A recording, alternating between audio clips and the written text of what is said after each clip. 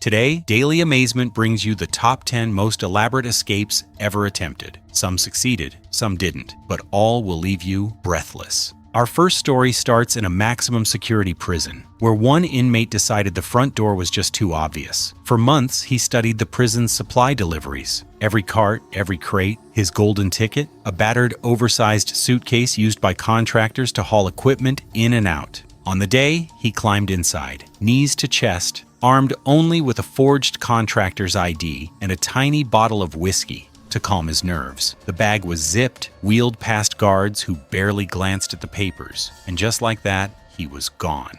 2 days later, at an international border, officers unzipped the suitcase to find him half sober, pants splitting at the seams, muttering, "Guess I should have packed a change of clothes." In Italy, a prisoner with a gift for opera turned his voice into his escape plan. Guards and fellow inmates alike stopped to hear him sing arias that rattled the walls. One guard, an obsessive opera fan, struck up a friendship. Over weeks, the two began rehearsing, but in reality, they were mapping a route through the ancient catacombs beneath the prison. On a humid summer night, the pair slipped into the darkness, voices bouncing off stone. They emerged hours later in a candle-lit church cellar in the middle of the city. For 2 glorious weeks, the fugitive wandered Venice's cafes, singing for tips, until an opera patron recognized him mid-performance and called the police. Sometimes freedom is just up. A convicted fraudster befriended the prison's balloon vendor, earning his trust and eventually his keys. But the real trick? He trained the vendor's pet falcon to deliver a small skeleton key to his cell. One misty morning, he inflated a patched-together balloon made from laundry bags and tarps, clambered into a basket, and floated silently over the perimeter wall. Unfortunately, the thermal signature was spotted, and worse, a pigeon smashed into the balloon, sending him crashing into a farmer's pumpkin patch. He was recaptured within the hour,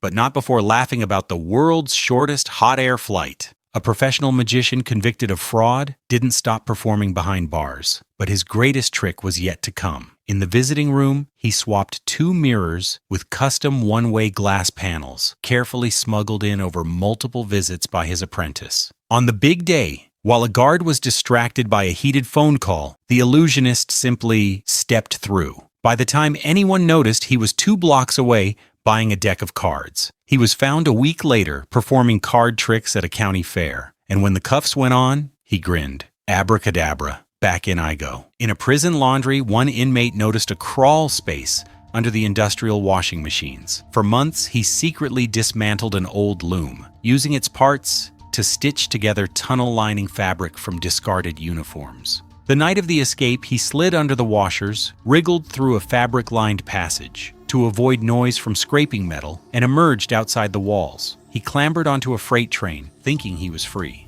until he woke up to the sound of police radios. The guards had followed the trail of soap suds and lint straight to him. Imprisoned on an old dockside ship in Venice, a smuggler spent his nights studying gondoliers' rowing rhythms. Using wood scraps from the workshop, he built a life-sized gondola under a tarp, disguised as part of a dockside art display. On a moonless night, he slid into the canal, drifting silently between shadows. By morning, tourists snapped photos of the mysterious gondolier, photos that went viral. Within 24 hours, police caught him at a cafe, still wearing his striped gondolier shirt. In Eastern Europe, a prisoner struck up daily chess matches with the warden. But each game's opening move wasn't random, it was code. Queen's Gambit meant the tunnel was ready. Ruy Lopez meant guards had shifted. The co-conspirator, a carpenter inmate working below the floorboards. One afternoon, as the warden leaned in for checkmate, the carpenter flipped a plank under the chessboard. The prisoner dropped through into a tunnel and vanished. For a week, he was free,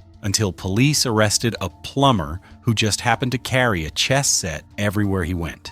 Some prisoners dig tunnels.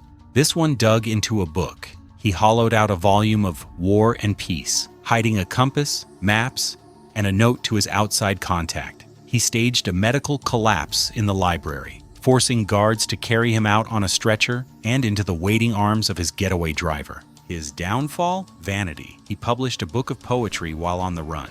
The style was so distinct that a journalist connected the dots. Police nabbed him at a book signing, pen still in hand. A former pilot in a South American prison used his mechanical know-how to build a working ultralight helicopter from scrap. nylon sheets, car batteries, and sharpened wood blades. He assembled it in pieces inside a maintenance shed, disguising the parts as broken furniture. One midnight, the machine coughed to life, lifting him above the prison walls. But radar caught the strange blip. A sniper disabled the rotor, forcing a controlled landing just outside the gates. The guards who caught him reportedly said, "We've seen a lot, but never a helicopter landing itself back into prison." Our number one escape is pure theater.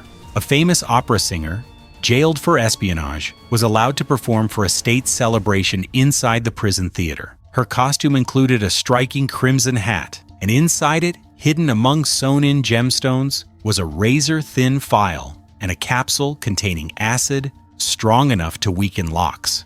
Mid-performance, she hit her crescendo, tossed the hat to an accomplice in the front row, and moments later, the locks backstage were silently undone. She took her bow and simply walked out the stage door to a waiting car. She was recaptured within hours, but guards say her final aria still echoes in the theater to this day.